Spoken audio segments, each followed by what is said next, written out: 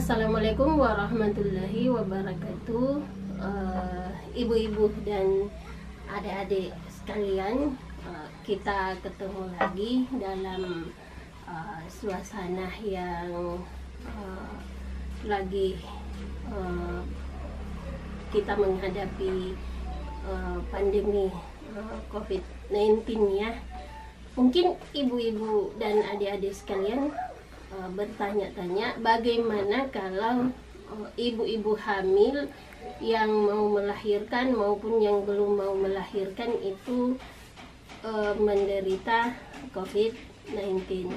Nah, kita sudah mengetahui semua gejala-gejala dari COVID-19-nya. Ada flu, ada demam, kemudian flu-nya itu tidak berdahak, ada sakit tenggorokan. Nah, ibu-ibu tidak perlu terlalu panik karena langkah pertama untuk kita mengetahui apakah flu yang kita derita itu adalah COVID-19 atau bukan, itu bisa dilakukan pemeriksaan rapid test dulu. Itu biasanya ada di rumah sakit atau ada di puskesmas. Kalau misalnya ibu-ibu melakukan baru datang dari daerah yang sudah diklaim sebagai zona merah atau daerah yang merupakan daerah transmisi lokal dari COVID-19, maka boleh curiga bahwa kita menderita COVID-19. Silahkan ke rumah sakit untuk periksa dan bagus kalau jujur ya bahwa kita baru daerah yang mengalami transmisi lokal dari COVID-19 itu. Setelah di rapid itu hasilnya positif, jadi yang diambil itu darah, baru diteteskan ke alat rapidnya, dan setelah hasilnya keluar, kalau dinyatakan positif, maka langkah selanjutnya itu harus dilakukan pemeriksaan swab. Diambil hapusan tenggorokannya ibu-ibu sekalian, kemudian itu dikirim ke laboratorium khusus. Beberapa hari kemudian akan datang hasilnya. Kalau memang positif, ya sikap kita coba sabar dan ikhlas saja menjalani semuanya. Ibu-ibu akan dirawat di rumah sakit khusus yang menangani COVID-19 ini. Kemudian akan diulang lagi 14 hari ke depan pemeriksaannya.